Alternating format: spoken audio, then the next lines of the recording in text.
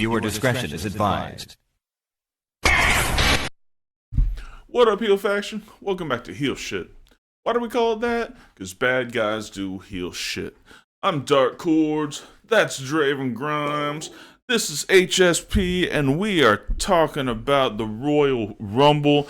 Just went down last night. We're going to tell you exactly what happened. We had a couple of big surprise returns. We had a new species that they kept calling Charlotte Flair, and we got a brand new top baby face in WWE. We'll get back into it right after this. Cool. Living fast, we ain't slowing down. Always ready to turn heads around. Heel Shit Podcast, where the bad boys reign. Never following the norm, always causing pain. How you doing, brother? You son of a bitch. Oh, I'm alright. We had a pay-per-view last night. We did indeed. Oh.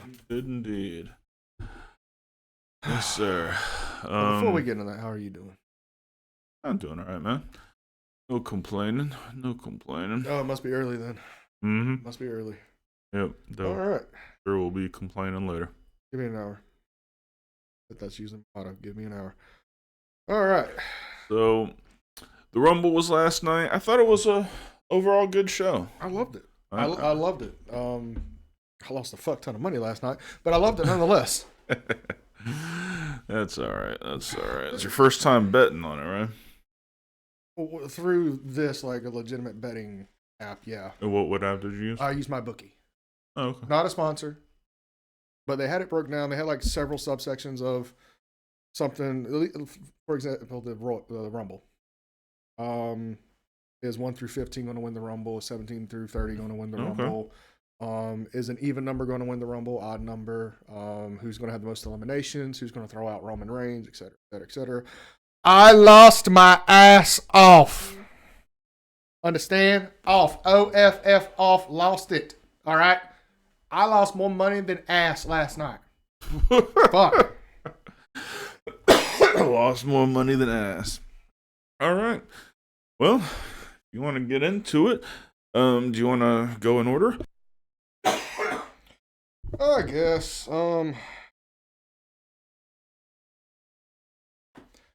So, before we really get into it, give me your overall thoughts of the show itself. Did it meet your expectations? Was it a little underwhelming? Did it exceed? Was it like right there in that sweet spot where you thought it would be? I was pleasantly surprised, I guess. I thought it was a really good show. Looking back on it, there's not a whole lot that I would have changed, except the winner of the Women's Royal Rumble.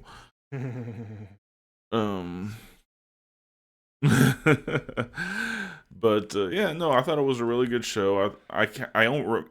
Because I don't remember how the last couple Rumbles were. I don't know if it was as good or worse than the other ones, but I think as a standalone show, this is a really good Rumble. So let me give you a little history lesson. Last year's Rumble was that first year where they didn't really do a lot of surprises, if any. Right. Other than Jordan Grace in the Women's Rumble, there were no other surprise entrants of men or women's.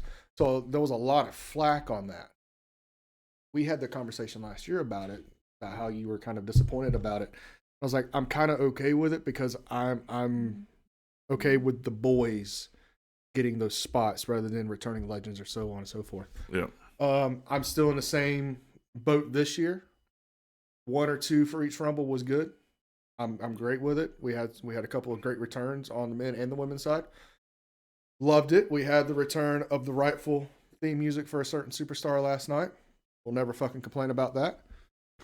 And like you, I do thoroughly believe that the wrong person won the women's Rumble last night. And that's not just my wallet talking. That is my heart talking. It's the John Cena effect from 2006. You're just going to force it down our throats to the point we don't want it. Yep. And I was there years ago. Hey, Jake, how's it going, man? What's going on, bud? What's going on? Oh, listen to the track. It was phenomenal. Phenomenal shit. Yeah. Great song. Yep. Pull my phone out for the fucking. Here, actually, I'm gonna play a little bit of it. Yeah, go ahead and play a little bit of it while I get this pulled up. You can find it on the actual YouTube account. Just look up "Do Heel Shit" by Jake Hudson, and it'll go right to it. It's actually pretty good. So hit that shit. Yep, here we go.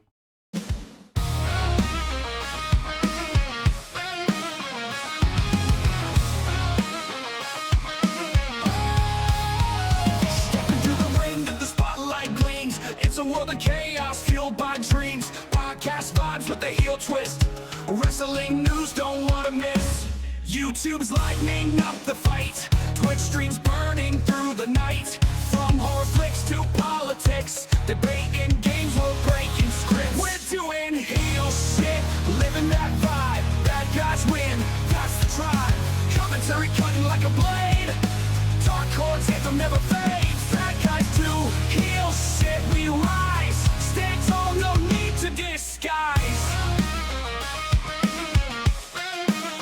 Pro wrestling's where the drama's The snippet Love it. of the new theme song written by Jake Hudson there in the chat right now. Mm-hmm.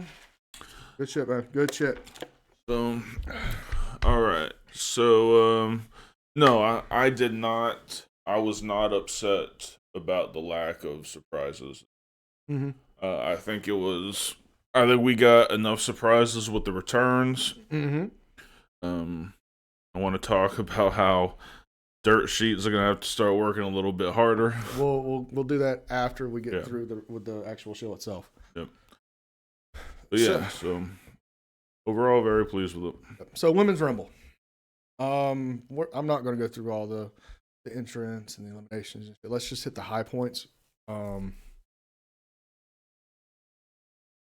Half the fucking roster just felt meh, like they were just there as bodies. Mhm. Of course, we had some standouts. I'm kind of disappointed a little bit on Jordan's WWE debut in a Rumble. Yeah. It felt a little underwhelming. I did not feel like she had a very good showing, especially in light of Penta's debut. Yes. And how well he did. Sure, we'll say that. Well, they definitely made a point for him to be one of the last ones in the match. Yes. She only got one elimination. I just didn't. She definitely wasn't like a focal point at all. No. I think they should have probably made her do a little bit more. Yeah. To me, she had a better run last year. Yeah. When she was with TNA than this year.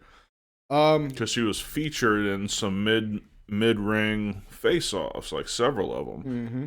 Like this time, she was just another wrestler in there. Yeah. Well, a lot of them felt like from the obvious standouts. Alexa returned last night. Yep. With arguably the biggest pop of the night. Mm-hmm. Uncle Dave and the other dirt sheets basically said they are far apart on the finances of the contract and that she will not even entertain the fact of being there. And Dave, you got played. You got played hard. Everybody got played. Mm-hmm. I mean, I saw that from multiple sources. I did too. But again, it all starts from one source and it trickles down. Where was the first source? Well, Dave, going to have to do some better work because seems like the office is knowing how to play the games now, Mm-hmm. so to speak. We had Trish Stratus returning the Rumble. Yeah, she's been talking about a return for a while. I don't want to see a full-time return to Trish Stratus. Well, last time they did it, it didn't work out too at well. all. This one off, I'm okay with. I mean, it was almost like 2003 Trish. By the way, it looks lovely makeup and plastic surgery. Just putting it out there. But she didn't look like she had any ring rust either. She could still go. She looked okay. Yeah, she definitely looked good in the ring. you couldn't put her next to that famous bikini poster from 2001 and say, is that the same woman? You're like, I'm not sure. No. She doesn't look anything like herself anymore. Let me taste and find out. I mean, let me look and find out. My bad. But no, but she definitely could go. And she'll probably have another run. I just don't really care to see it. Yeah. I think it might just be like a Legends thing where they just come up intermittently when they're needed on TV. It's not going to be a week-to-week kind of deal. So we had that. We had Alexa. Say your piece on the Lizard Queen. Dude, to give her the number 30 spot, first of all, I don't know what is going on with the back office that loves her so much. Like, I don't ever care to see Charlotte Flair wrestle again. I didn't miss her one bit. Not a single bit. I don't know. I don't know why people are. She got a decent pop too. I don't get it. I don't know. And she looks like a skeleton wrapped in cellophane tape right now. She's the only person only one in the women's roster whose tights look baggy in the ass. I was going to say something about that. But let me correct you real quick. She came out at number 27. Nia came out at number 30. Oh, okay. But still, so late. 27. But still, so late in the Rumble. It's just no. I'm not feeling it.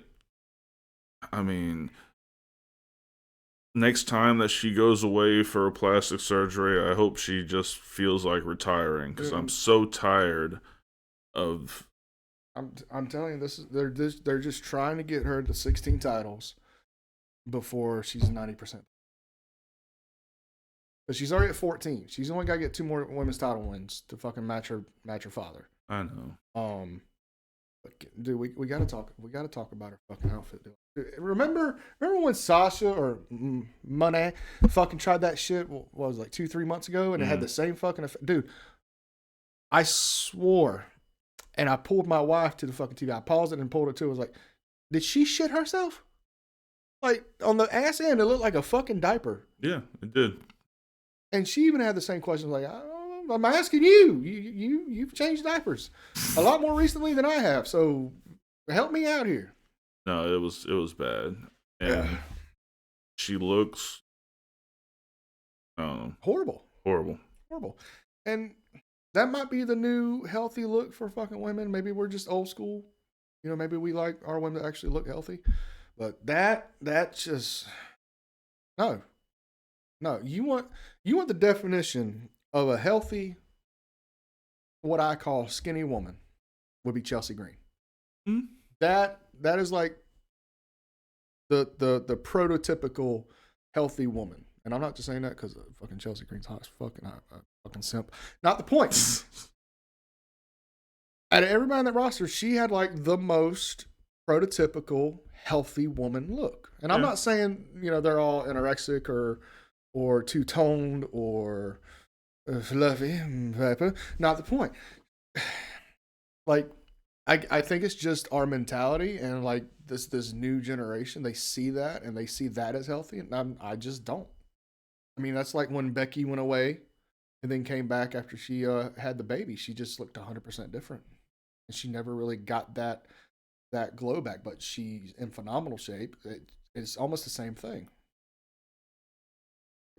That's just it. Either way, she spends all this money on plastic surgery. Could she not get some fucking butt work done? I mean, they're always making fun of Bailey for BBL. I mean, fuck, at least hers is all natural. Can Charlotte get some of the BBL love? I don't want it wasted on her. I would much rather see it there than on. And where are they gonna pull the fat from? Nia? I don't know. You're supposed to use your own, dog. You don't get a fat donor. Oh, well, I mean, I offer my services for the fat donorship. Just saying. I'm half Puerto Rican, half ginger. I can suit all. But how did you feel the women's Royal match overall went? The only critique I had in the whole match is that for a short period, the ring got too crowded. I couldn't follow everything going on. Yep. But once the elimination started and it started flowing real good, I was good with it. Oh yeah, that's right, Jake. Sorry, Nikki Bella made her return as well. Nobody, that was number 30. Nobody gives a fuck about Nikki was number 30. Look, unless she's on my OnlyFans page, I don't give a fuck. F-U-C-K. Fuck. Yeah, I don't care that Nikki Bella was there at all. No. I would have loved to seen a backstage thing between John Cena and Nikki Bella, just for shits and giggles. Because I'm petty. But yeah, I really, other than the outcome and the fact I lost a fuck ton of money in the Rumble, I've had no issue with it. I still think Liv was going to be the top choice for it. Even on my bookie, she was top 3. Obviously, Charlotte was the top one, but I wasn't going to make any money if she won. Yeah, it's just forced down our throats, and it's not going to sit well. We don't. So who had really good showings? I think Alexa Bliss had a really good showing. Oh yes. I think Trish had a good showing. Trish had a good showing. Ivy Nile had a pretty good showing. Yeah. Zoe Stark, she had a great showing. Mm-hmm. She came in on like a fucking house of bricks and just destroyed the place. Yeah. All of the girls from that, the 3 of them, what is it called? The something collective? Something like that.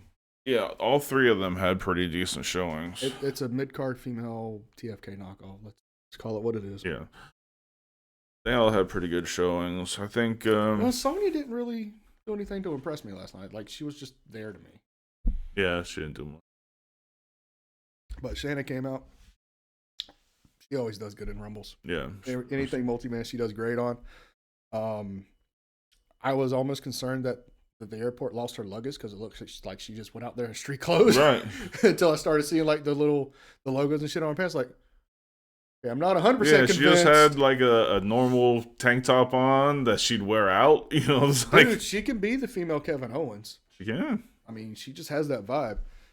But nobody really had a... I think Io had a pretty good showing. Nobody had a bad showing. No one had a bad showing. But the most disappointing was Grace.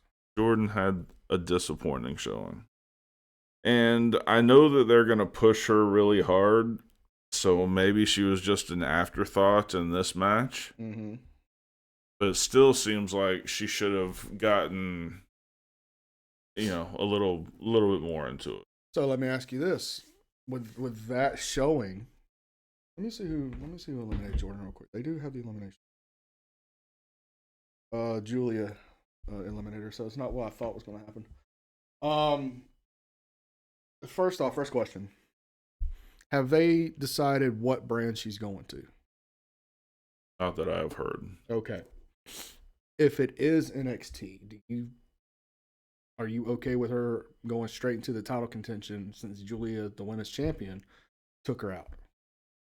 I think if you put her in NXT, not only is it a bad decision, but she has to immediately walk into that title picture. Okay. So let me play it like this.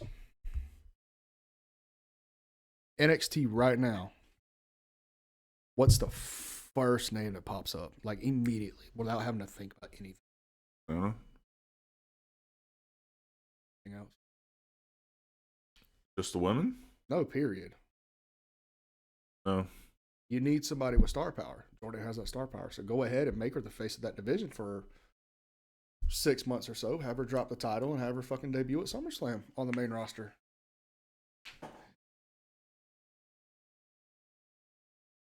I mean, to me, it's about building the brand up. And remember, at one point, NXT was the fucking brand. Mm. Whereas Raw and SmackDown just felt like it fell on the wayside. Now NXT just doesn't have that star power like they think they do. Yeah, they have Ethan Page, they have Shawn Spears, they have Williams, they have people like that. Don't have a name on that roster, and Jordan can be that.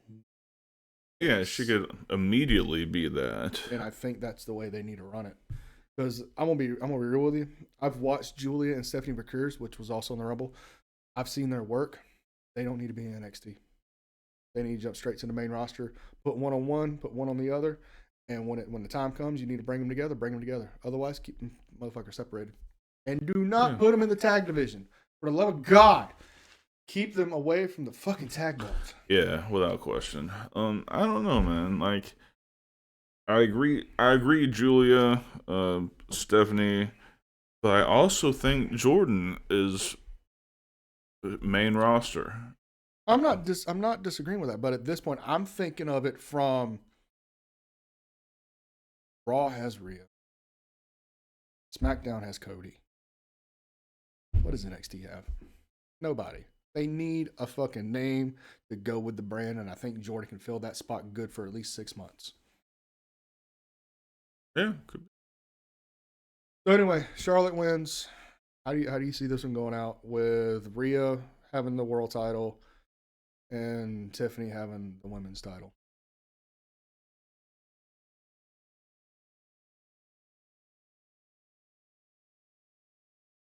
If it makes it any easier, Andrade is on SmackDown. You on Smack? So she goes after Tiffany. Yeah. Talk about that. They're going to do something to make me care about that. Yeah. Because they're in the midst. I don't care about Tiffany Stratton that much. That's my issue too, but they're on that verge of like turning her total babyface. Like they're in that tweener phase where she's still trying to be a heel, but the crowd's over. Mm-hmm. So they're going to do something to make me care between now and Mania. Yeah. And if it's Rhea, Charlotte's just got to be heel. She has to be. I mean, we had Rhea Charlotte back in 2020 at COVID Mania, and they did good, but that wasn't the same Rhea Ripley that's today. No, definitely not. Definitely not. Plus, I'm afraid Rhea's going to break her in half. I'm just being real. All right. Well, let's. We're done with the women's match. We'll throw it to a commercial. We'll be right back. Let me introduce you to our new sponsor, Smackin' Sunflower Seeds. Check us out. They sent us this huge box of samples with all these amazing flavors, from traditional flavors like the OG and ranch, to unique flavors like cinnamon churro and my favorite, backyard barbecue. Absolutely, man. Let's not forget the garlic parmesan, the cracked black pepper, and my personal favorite, the maple brown sugar. It is grade A, phenomenal, my guy. So me, Draven, and Miner all sat down, went through all these flavors. Of course, we each had our favorite, but one thing we agreed on, this is an amazing brand. If you're a sunflower seed eater, definitely need to check this out. If you're not a sunflower seed eater, you still need to check these out because they got a flavor that you like, without question. Miner's favorite was dill pickle. I like the barbecue. Use the link in the description and enjoy. We are back. Yes, sir. Yes. Sir. Real quick before we go on, we've always had the $4.99 YouTube membership. I opened up a couple of smaller ones. We got a 99-cent one and a $1.99 one. You get some perks, but if you wanna help us out, but $4.99 doesn't seem like you want to go there. I got 99-cent ones and a $1.99 memberships also. We appreciate all the support. Absolutely. All right. Non-Rumble matches. 2 out of 3 falls for the SmackDown tag belts. Machine Guns, DIY. They lost so much money. Not too much money. It was only like 20. But yeah, I've seen a lot of people bash this match because they're thinking of the Machine Guns from 2007, 2008, 2009. This ain't the same tag team from then. These are the ones that know what works, know what doesn't work, and knows how to work off a crowd a lot better than the ones from fucking 15, 16 years ago. had a good showing from both of them. I didn't think I was going to enjoy this match as much as I did. Obviously, I'm upset about the fucking outcome of it. But I think everybody, for lack of a better term, got their shit in, and it made sense. I love how they did one fall, then the next fall, then the last fall, the guy fucking was screaming at the TV. But overall, great match for them. Obviously, this isn't the best match neither one of these teams have had. Right. But given that, this is not a young Motor City Machine Guns, this is not a young DIY, these, for lack of a better term, are veteran wrestlers. Mm. And a lot of people need to get that hammered in their fucking skull. If you're expecting the shit you saw in TNA before, you're not going to get that. If you're expecting the shit that you saw in NXT with DIY, you're not going to get that. These guys are older, they're smarter, they know how to work smarter, and they know what works and what doesn't work. So from that point of view, I enjoyed this match very much. Mm. Never had a really what the fuck moment, never really had a downtime where I was like, they should have put something here, something there. Had a lot of classic DIY tag maneuvers, had a lot of classic Motor City Machine Guns tag team maneuvers. Absolutely. There was a couple things that DIY did pull out. I was like, I might have to steal that. Not gonna lie. But overall, good match. It was a good match. Yeah. It definitely took up a good 20, 25 minutes between the three falls. Made it make sense. Killed enough time where it didn't seem like it was, drawn out, and I enjoyed it. Other than the fucking finish, because I lost so much fucking money. But I was like, I'm good. Yeah, it was a good match. There was a couple of slick things in there, like the fake tag, no tag thing. That was pretty slick. I love that. I liked the. Both these teams know how to work, obviously. Oh, yeah. So you're not going to have a bad match. I was disappointed in the finish.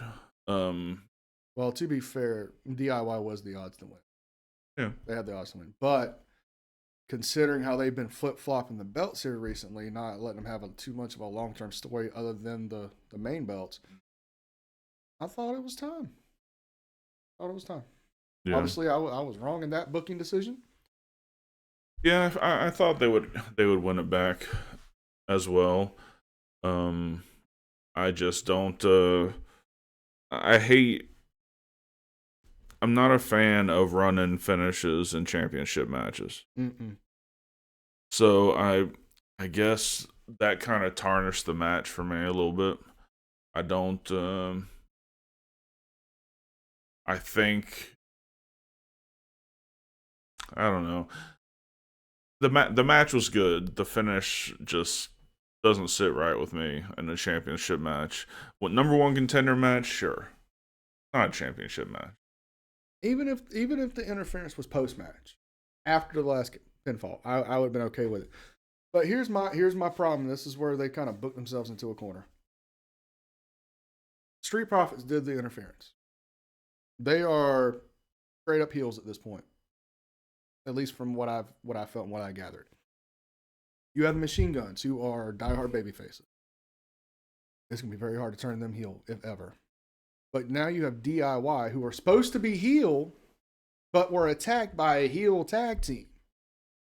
Which DIY and the Street Profits are going to go at some point, probably Elimination Chamber, for a tag team title match. Do they just rerun that shit? Do they do the interference with the fucking Machine Guns and do have a fucking three-way at Mania? Or do you fucking let DIY go over clean with them? Because, let's be real. The problem is, I don't want to see a heel versus heel match. I don't want to see a baby versus baby match. I need good guys, I need bad guys for that story to make sense. Otherwise, you got two chicken shit teams, or you got two teams that won't do anything outside of the fucking rules, and it's just boring. Right. So, my thought process is they're probably going to rerun this shit at the next pay-per-view. Have DIY win by disqualification or something because the Machine Guns get involved. Mm-hmm. Run a fucking three-way, which is going to be fucking scrambled eggs at Mania. Yeah, most likely. But then, who gets their WrestleMania moment? Is it the Street Profits, who have been company guys for fucking years? Is it the Motor City Machine Guns, who are one of the hottest signings in the last year? Or is it DIY for similar reasons, being company guys? Yeah. I don't know. I mean, all three deserve a WrestleMania moment, but you can't give them all the fucking WrestleMania moment. Right. Exactly. Unless you send one of the teams over to Raw to take the fucking titles from the Vikings, which, good fucking luck. Yeah, so, fine match. Not much more to say about it. So much. Shit. All right. Oh, let me get this pulled down. This match was brutal. Yeah. Capital B, brutal. It was the ladder match for the WWE Championship. Cody Rhodes, Kevin Owens. Yeah. I'm legitimately concerned About Kevin. with both of their health. They both bumped their asses off. They both Yeah. took the big fucking bumps. Yeah, if you didn't pay attention to his non-WWE run and his AEW run, you can never say Cody won't take the big bump. Yep. You can never say he won't wrestle hurt. He is a fucking machine. He's a journeyman. He's an animal. Yes. A couple of the crazy spots. I mean, Kevin's reverse superplex that he always the does fisherman buster out onto the ladder was fucking brutal. That's where I first started worrying about Kevin, because a lot of people saw the bump Cody took. Nobody saw the fucking neck bump that he took. Yeah, he took the fucking ladder right to the fucking back of the neck. And then obviously the crazy one that Cody did, the Alabama slam through the bridge ladder. Yep. Like, Kevin's fucked up. Mm-hmm. Like, I don't know how bad. Did they ever? No, I've not gotten an update. So either they're not going to update it, or this is one of those things where they quietly let him go away for a couple of weeks. Yeah, I don't know. Either way, they both deserve some time off from that one. I know they're not going to give Cody that. Cody's not going to be that kind of guy. Right. But at least don't let him bump for a week. Yeah, no, that was fucking gnarly. It looked like Kevin was busted open the hard way on the table. He was. That table's a menace. It is. I am not okay with what they got going on with that table, man. Mm-hmm. Like, and I get for big shows like that to have them ringside, put the old table back. Yeah. I mean, at this point, it's like the Spanish announce table got on fucking steroids, and now nobody can break it. They don't even budge. No. And because of that, you now have JD, who's out well after Mania. Punctured lung, broken ribs. Punctured lung's like, what, 5 months before you can even start fucking training again? Something like that, Yeah, he's going to take about half a year off, easy. Then you have this shit with Kevin, which, accidents happen. Getting busted open happens. I mean, it's just part of the game. But there's got to come a time where your safety is a concern. And like they did the other night, put that bitch over there where they used to have the Raw thing, the Jesse Ventura spot, the Gene Okerlund spot. Put it there. Yeah. Don't have that shit ringside. You don't need it ringside unless the fucking table's going to come into play. Right. Granted, it did come into play last night. But at that point, it should have been the older style table. Yeah. Yeah. But no, I'm surprised that nobody hit a pile driver. That's one thing I'm surprised about. They did tease it. I would have liked to have seen him kick out of that package attempt and then hook him for like the Jay Driller type and not hit it, but you're not ever going to see the Jay Driller in WWE. I mean, he hit it like his first match or two. Remember him hitting the Tiger Driver on fucking Seth? On Raw. I don't remember that. Could have sworn he I'll hit go it back on and Raw. watch. I'll go back and watch. But usually it wasn't against one of them. He had some other matches. You talking about the match where he hit 4 crossroads on the Miz? Not just that one. Fucking The Miz has got the hardest skull. He's a Samoan. Had no idea. Dude, I don't think Samoans want to headbutt him. We'll get to that later. But this match felt like it's in the same class as that Hell in a Cell with Punk and Drew last year. Mm-hmm. This is the reason we have ladder matches. Yes. Not just to have it. You have it for a reason. This reason was for both the fucking titles. You have one imposter champion. You have one actual champion. The only way to fucking get them to settle their shit, get both the belts. Right. I will say, and to me, it was kind of in bad taste, but I can get it from a production standpoint and all that stuff. When Cody won the belt, and everybody was more concerned about Kevin, and they still kind of like force Cody down your throat. You know what I'm saying? Like they were even telling him to go up the fucking ramp, and he said, "No, fuck that. I'm gonna go around, jump on the table." Right. I was like, "Oh, I'm starting to see the seeds kind of sprout a little bit there. I'm starting to see Homelander Cody come out, so to speak." Yeah, no, I think he's gonna be turning heel pretty soon. But yeah, no, getting on the table and like talking shit over him and talking to Sammy and like I thought Sammy was about to turn heel when he came out for some reason. Yeah. But no, it was a good match. Yeah. It was just brutal as fuck. And the one thing that really got me concerned about Kevin, Sammy's reaction. Yes. How Sammy was concerned. Yes. It wasn't like go out there and work it. No, he was shooting on how he was. Yeah. Yeah, no, that was.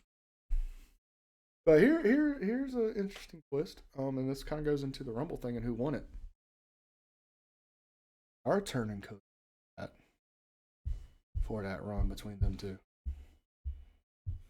Between what two? Jay. You're not gonna turn him. Spoiler, he wins the fucking Rumble. We'll get to that in a minute. But what if they are planting, those seeds are sprouting for that heel turn so Jay can work? Cody's going to be the biggest fucking heel. Because in his mind, he's not going to be the bad guy. That's what makes him worse of a heel. That's what made him a heel in fucking AEW. An interesting thought, isn't it? Yeah. Fuck. Yeah. So anyway, Cody goes over. Brutal fucking match. I love the Hornswoggle part with the little ladder. It's fucking great. That picture will live in infamy of Kevin screaming on top of a 4-foot fucking ladder. Overall, mad respect to both of them. I've always had respect for Kevin and Cody. It just goes to the next level with this, and I hope they both heal up all right, and I hope Kevin's neck ain't fucked up like I originally thought it was. Yeah, it could have very easily been really bad. Obviously, if it was injured or broken, by at some point, we would have already heard something. Yeah. All right, well, let's throw it to our last commercial break, and we will be back with the Men's Rumble. Yay! Vodka evolved. Castell. Indulge in the red revolution. We are back, and also we just ran an ad for Castell, but our newest sponsor right here, Gully Rum. Y'all need to go check that shit out. Tell us about it. It is the only cherry vanilla rum on the market. It is delicious. You can drink it straight out the bottle. You can mix it to make it bomb-ass rum and Coke. It's amazing. What you're saying? Check it out. What you're saying is just like Castell. You can drink this neatly. We can drink that neatly. Fucking Wheatley vodka. That is dog water, dude. Dog. I remember a couple of years ago. It was right before I quit drinking. We went out to a bar out towards Tallahassee. It was all going out, a couple friends of mine. And that's the vodka that they had, was Wheatley. Oh, really? When I tell you, I would much rather have went and licked Elwood's ball sack than drink that shit. I mean that 110%. I guarantee you his ball sack isn't as salty as that fucking vodka was bitter. I would rather drink pure spirits than fucking Wheatley. You don't drink that shit neatly.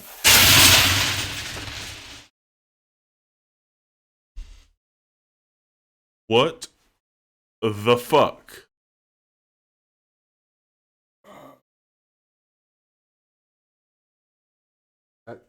That's your employee, my guy. That's your fucking employee. What? Please help. Not homeless. Have job. Need money because I am bad gambler. I would, dude. Dark. I don't know what to tell you.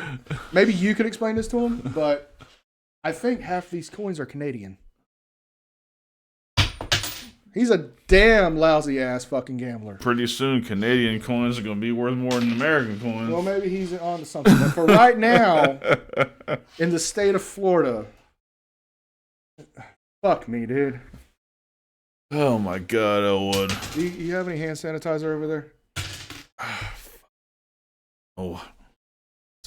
What the hell? You're going to clean this shit up. No shit. Last week was the fucking garbage. Now you're fucking throwing random change at. Stop fucking with the camera. Stop. Fuck. Get your boy. Get your boy. He's about not to be my boy anymore. He's about to be like a cell phone I saw yesterday. In about 7 motherfucking pieces. Is that funny to you? It's funny to me. It's funny to me. Absolutely. This is yin. What the fuck?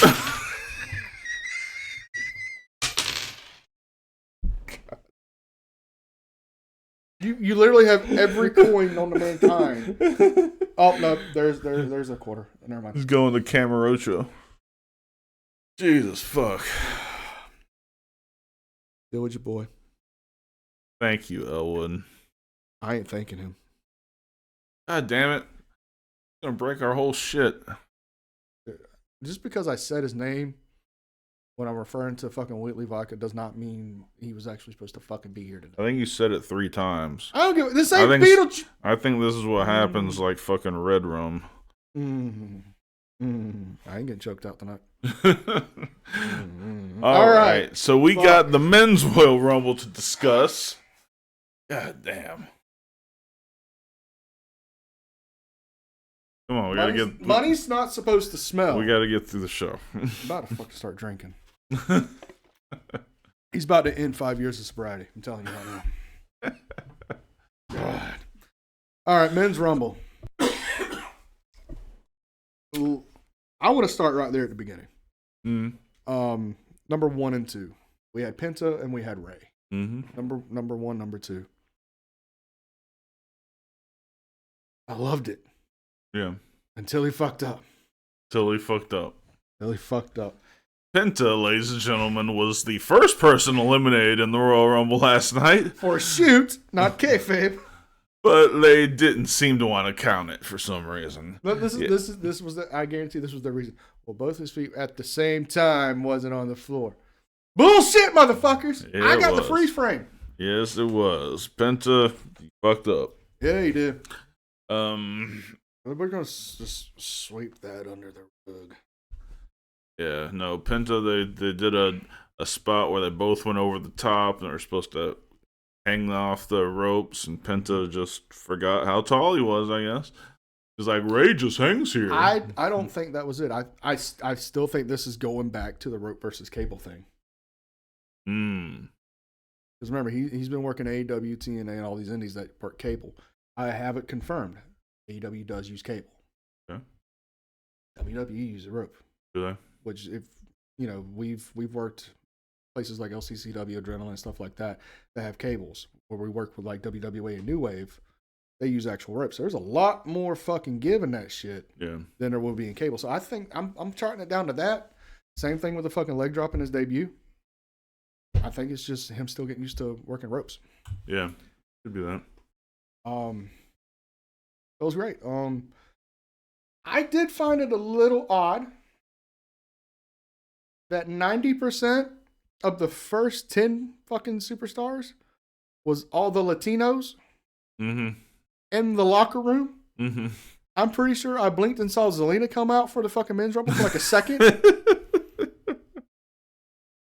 Dude, with Chad Gable obviously in the mix of all that shit. Let's see. At the beginning, it was Ray, it was Penta. Hold on, I'll tell you exactly who it is. Give me the fucking lineup. Come on, goddamn. We had Ray, Penta, Chad came out at 3, Carmelo came out at 4, Santos came out at 5, Otis came out at 6, and then Braun Breaker came out at number 7 to fucking just run all of these motherfuckers over. This the first 10 minutes was fucking great. A lot of good action, a lot of character work. They're further building on the Chad Gable dark master arts, everything. And if that's the case where they're bringing Malachi in, I have it confirmed his contract's up in March, so they still got to run that for another fucking month before they can even do fucking contract negotiations with the son of a bitch. And that's if Tony don't extend his contract. Right. Honestly, I don't see that happening. It just seems like, why waste more money when you can just, well, that's always been my thing with Tony. Like, he just loves to spend that money. You know, his money, you do what the fuck you want. Fucking spend it on me. I'm just fucking saying. Because I lost a fuck ton of money last night. So we get to number 8.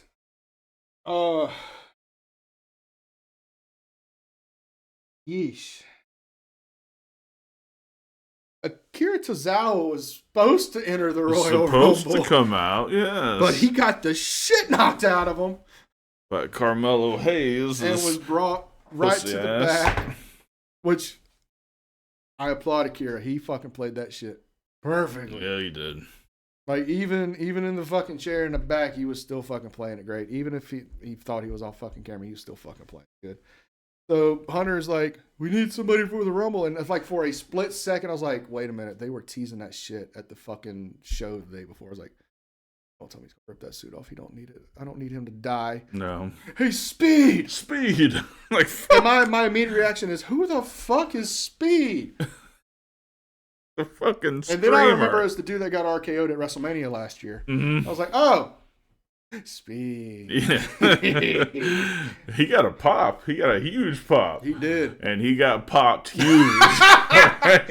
There was malice. There was malicious intent, pun intended, on that fucking tell him what happened. Dude, 2 minutes before it was time for Akira Tozawa to come out, Braun Breaker hit a spear through Chad. It was Chad, and he had who was on his shoulders? Santos. Yeah. And it was like he really pulled. He pulled back. He didn't murder him. All right. He took it very gently. It's the old Rhino thing. If I beat you, it was the gore. If you kicked out, it was the spear. Right. So it was a football tackle, boy. It was a little football tackle. But when Speed got out there, man, Braun hit 2 rope lengths worth of momentum, and the cameras were having issues catching it, and smeared I Show Speed all over the fucking mat. And I immediately messaged you. I was like, yeah. Dead. He did. That was. I used a different word other than he, but. Bro, I promise you, this motherfucker started cackling like a schoolgirl. That motherfucker does not want to get back in that ring. I guarantee you. Dude, he took an RKO last year. He took a fucking gore. Let's call it what it was. That was a fucking gore from fucking Braun Breaker.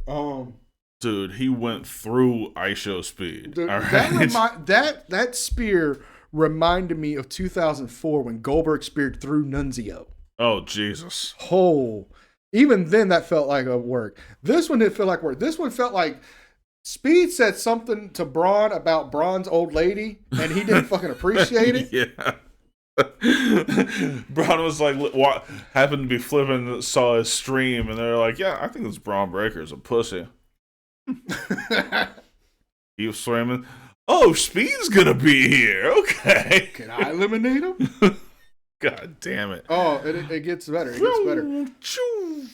The only thing that would have made it better from that point, if he just jumped on and started screaming, "Stupid, stupid, stupid." But it gets better because by this point, Otis is eliminated. So he fucking picks him up in a military press, throws him over the top rope. Otis is catching him. Fucking Speed's like, "Don't throw me back in the Rumble. Don't throw me back in the Rumble." And fucking hits a fucking fall away over him, hits the fucking announce table, fucking throws him on the fucking ground. Insane. Yeah. Insane. All right. Apparently, he skint his leg on the announce table last night. He has a nice fucking gash like that. He was fucking leaving on crutches last night. I was like, what the fuck? Hey, that's a story. I don't give a fuck. How many people can say, "Look, you see the scar? I was in the Royal Rumble, motherfucker." Look. I'll give it this. That spot definitely made up for a Kofi elimination this year because we didn't get one this year. Nope, we did not. Sucks. It would have been fucking perfect to play it off, especially with this heel turn. Fucking would loved it. So we go through. We got Sheamus. We got Jimmy, which I actually fucking blinked and missed Jimmy coming out. Yeah. Like I went to grab something to drink and I came back to like, "Oh, Rip's on TV. What the fuck?" That's just Jimmy. Ludwig Kaiser comes out. Kind of. He still looks like he walks around with a broomstick up his ass At all times. He walks around like he's actively being fucked in the ass, like all the time. Yeah. And he thought he was really smart, and he slunk into the ring right with the opportunity, and then what happened? I remember he was out immediately. I remember he hit one bump on somebody, and then immediately was fucking ejected. It was fucking bad. So we go from Ludwig, we go to The Miz, which shocked the fuck out of me. I don't remember the last time he springboarded. Right.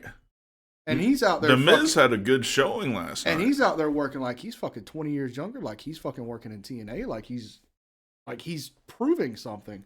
I like this. Yeah, he showed out. He's not ripping off Bryan Danielson with all that shtick anymore. Mm-hmm. He's not with the Final Testament anymore. I think this is a good time to repackage him. He can play babyface. Yeah. And when he plays babyface, he's believable. Same thing as a heel. I think it's time for him to turn babyface and put him in the United States contention because he's over on SmackDown now. Yeah. He has won the United States title before. At this point, he's a Grand Slam. So, I don't want him in the WWE title contention, but I think he can boost the United States title contention. Probably so, yeah. Yeah, and his character work has always been good. Mm-hmm. He's never been put in a great position since his last title run.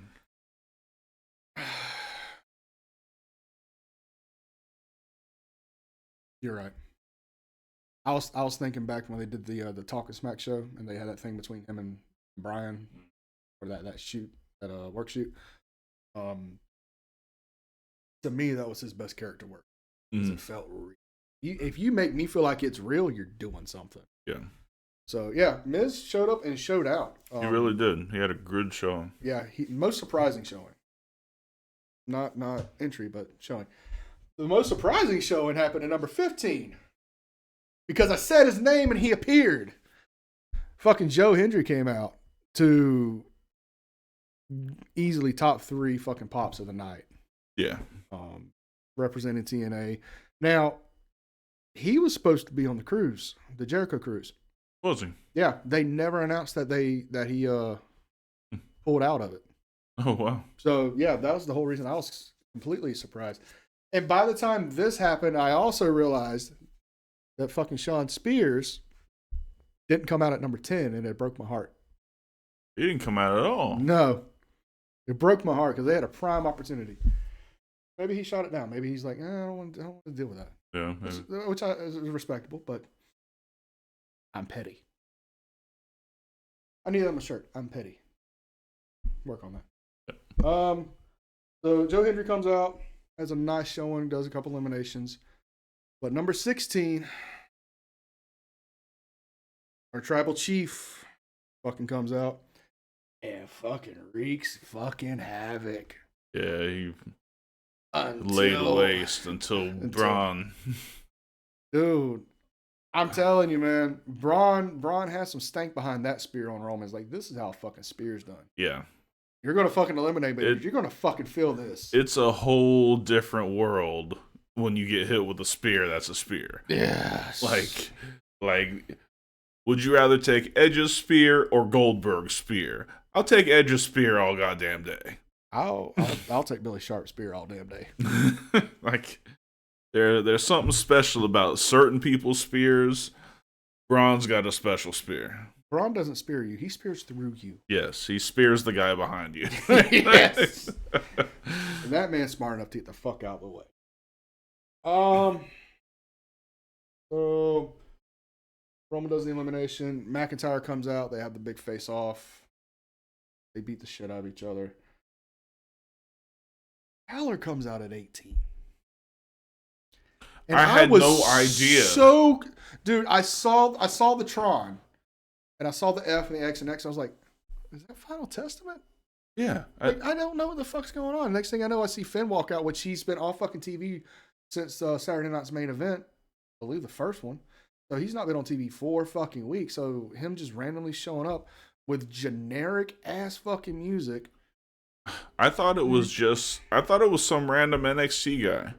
I had no idea who this music was. Not wrong. He was a random guy.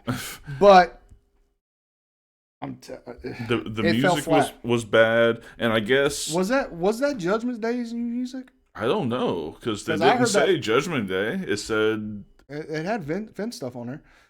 But to be fair, all the Judgment Days besides Liv, all the Judgment Days members had like Judgment Day on the Tron. yeah. And I saw that once we had like the close up of Finn actually out there. It was on one of the side panels.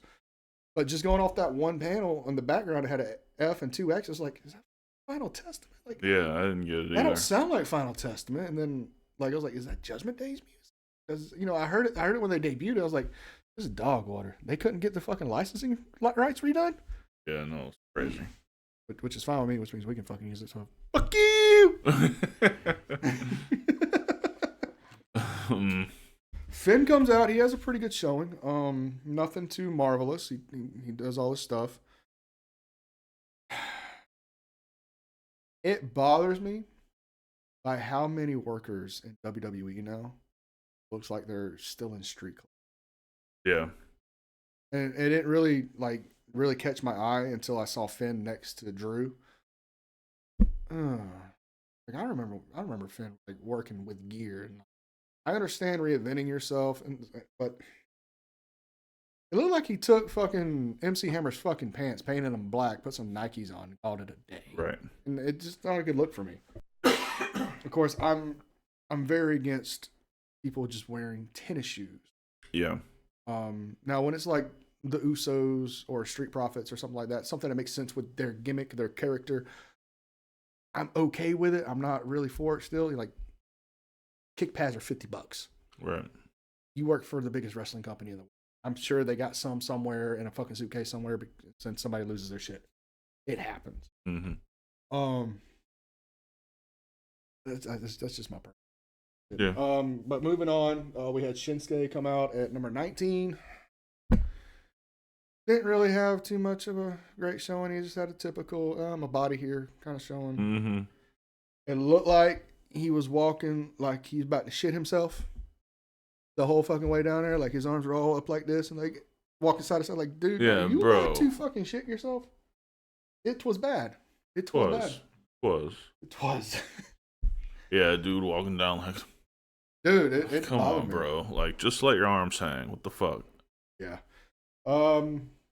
He had a pretty good showing. Nothing too amazing. We had Jay come out at number 20.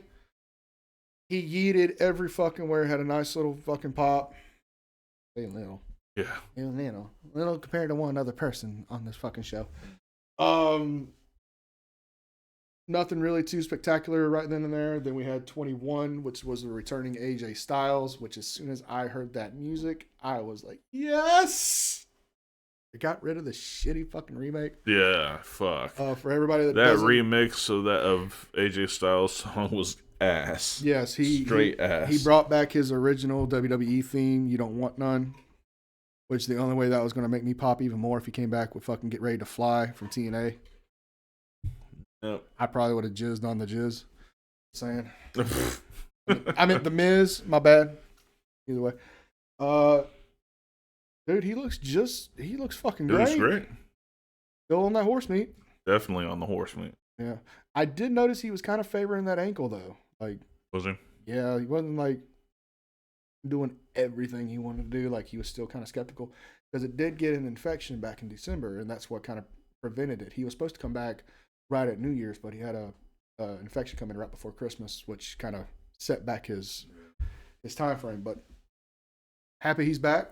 Definitely. It's always a pleasure to watch him. Yep. Can't wait to see him work with the fucking machine guns at some point. I'm pro TNA guys all day long. And the fact that they had Joe Hendry and AJ in the same ring at the same time and they touch, I was like, that's generational right there. At least for a TNA standpoint. You had the face of TNA for so many years. So long. Versus the current face of TNA. It really meant something to me. I did like the standoff between AJ Styles and Jacob Fatu. The commentary got me a little bit because they said something along the lines of AJ's never met someone quite like this. It was like Samoa Joe. Samoa Joe. Prime Samoa Joe. Abyss. He had some. Well, I was just going straight off just like Samoan Samoans, dynasty. yeah. Like, granted, Samoa Joe's like of a different lineage of Samoans, but dude, 2005 Samoa Joe, He was a monster. he could take Jacob Fatu. Yeah. He fucking could. I ain't saying today's Samoa Joe could, No. but Back then, 2005 yes. prime Samoa Joe, oh my god, choke that motherfucker out, son. Yeah, no, he was a unit. He said Did it. number 22 was Braun Strowman, which again, it killed the fucking Saturday Night's main event fucking match and the finish of that. Fucking hated it. In fact, he was out there. He's selling that shit for a couple months because you had that motherfucker backed up to you 7 times. You got the shit knocked out of you. Yeah. And then number 23, which had, I don't know who had the bigger pop. And maybe you can give me your opinion. It's between Bliss and Cena. Like, I can't really differentiate who had the bigger pop.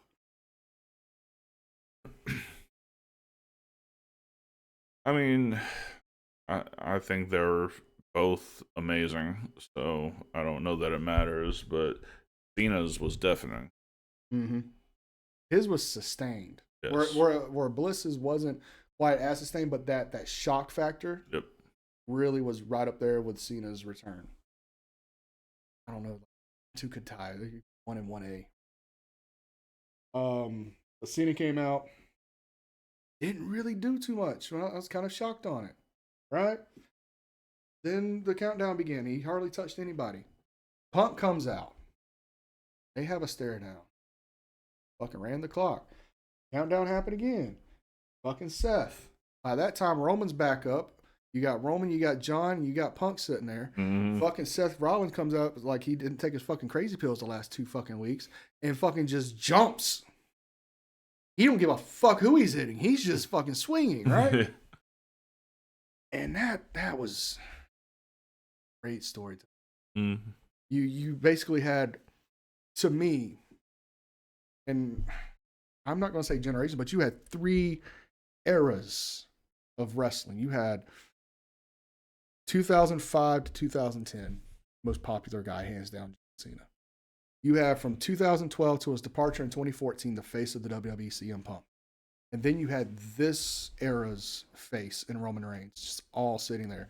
And then you had Seth Rollins basically come out and go, fuck you guys. Mm-hmm. Like, he knows he's like second hand to all 3 of these men. He had problems. He had some problems. He needed to take some pills Right. or some shit. And I get it. It was all a work for what I see most of it. That's when the action got real good. A lot of back and forth. You had Roman Cena, you had Roman Punk, you had Seth Punk, you had Seth Cena. Excuse me, breakfast said, no. And then the countdown began, and we had fucking Dirty Dom come out. And to me, it almost felt like it took the mood out of the fucking It building. did. It did. Like, Even they Cole had- said that was a buzzkill when Yeah, he because starts you coming had out. John come out, you had Punk come out, you had Seth come out, you already had Roman out there being a fucking ring general. You had all of this fucking star power. And then Dirty Dom comes out. Yep. And the interaction between Roman and Dom, fucking great. I don't know if you caught it. It was kind of off camera a little bit. Roman backed Dom up into a corner. Dom playing chicken shit heel, trying to shake hands, try to get a cheap shot. Roman was like, as soon as the handshake was done, fucking popped him with a fucking uppercut. And he was like, and fucking walked off. It's fucking good. We'll have to go back and check that out. Yeah, it's right when Dom comes in. So go right to his entry within like 2 minutes. Fucking good shit. From there, we had Sami Zayn come out. Had a nice showing. I love it when he hit the first Aluva kick and then he saw Seth over there, his friend who he hit a couple weeks back, and it was a big fucking deal. And he's like, fuck it. Almost like Zoidberg. Fucking Aluva to just every fucking body. Had Damian Priest come out. And this is where it got interesting. We had a report from Ringside and a couple other places. I know Wrestling Inc. covered it. I know WrestleZone covered it. Damian comes out, and this is where some tension between Drew and Damian happened. Like, they do have an initial face-off in the ring, and of course they got the pull apart where they got to go to other people. And then we had a couple more entries. We had LA Knight, which came out, did his thing. There's nothing really spectacular about what he did. And they had fucking Logan Paul come out. Thank you, sir. Thank you. By the way, fuck Logan Paul shirt is in the fucking Streamlabs merch site. Make sure you get one. Get two. Get get 4. Get 2 of the censored and 5 of the uncensored. It's Steiner math. It works out. But Logan went out there and basically hogged the fucking ring, dude. Like, he was like a Brian Cage. He was getting all this shit in. And right as all that was happening, Damian eliminated Drew, which they had that face off again. Drew went backstage, flipping his fucking lid. Something along the lines of, they just had to get their shit in. Fuck this. Left the fucking building before they even finished the Rumble. From what I gather, he didn't even fucking change. He's got his shit and left. Which is kind of a callback to when Punk returned. In Survivor Series, he did something similar. So when it comes to Drew, I don't know what's shoot and what's work right now. Yeah, I don't either. So if something happens between now and tomorrow night when we record, obviously we will get with you guys and give you an update. But for now, I'm calling it what it is. He's pissed off at fucking Logan, which is 90% of everybody in the fucking world for one reason or another. The elimination with Seth, Punk, and Roman. That got fucking chaotic. Yeah. For those of you that didn't watch it last night. Basically, Seth went unhinged, curb stomped Roman right into the fucking concrete floor. Scrapped it with Punk for a little bit. And when they got pulled apart, during that scrapping, the steel stairs got knocked over. Roman crawled over to the bottom set. Got curb stomped into the fucking bottom set of the stairs. Went back to scrapping with each other. There was a yelling fight between Seth and Paul. There was a yelling match between Paul and Punk. SmackDown's going to be interesting this week. Yes. Definitely. Even if Roman don't show up, Paul going out there and saying something. Well, they're on Raw now. Everybody's on Raw. Yeah, but he's been still showing up on SmackDown.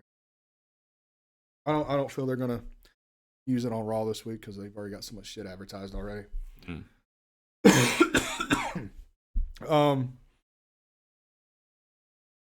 Just fucking chaos. And then the we get straight to the end of it.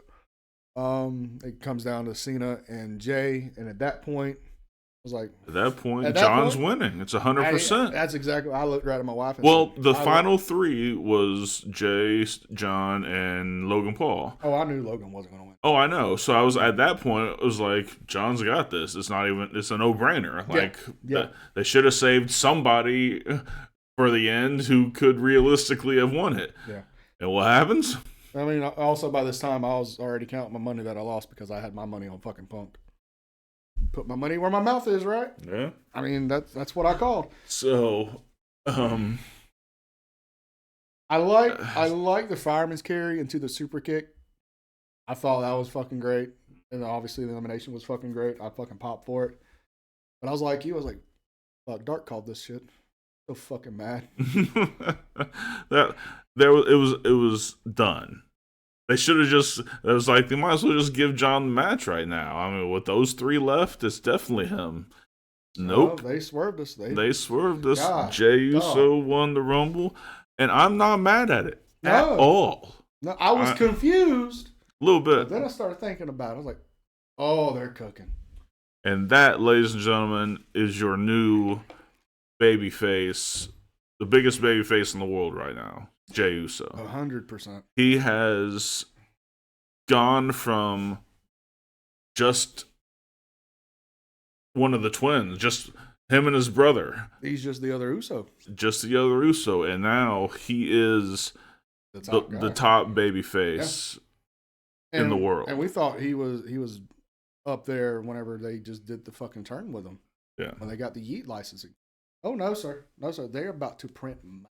Yes, Jey Uso is the new face. That's basically, I mean, that bottom line. Yeet. Yeet.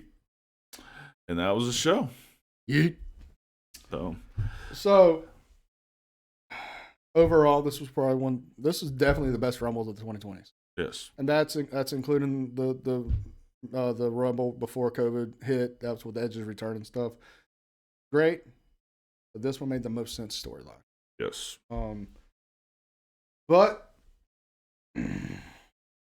Hunter had to go and open his mouth at that press conference after. Remember, you made a little comment earlier in the show about the dirt sheets need to work harder.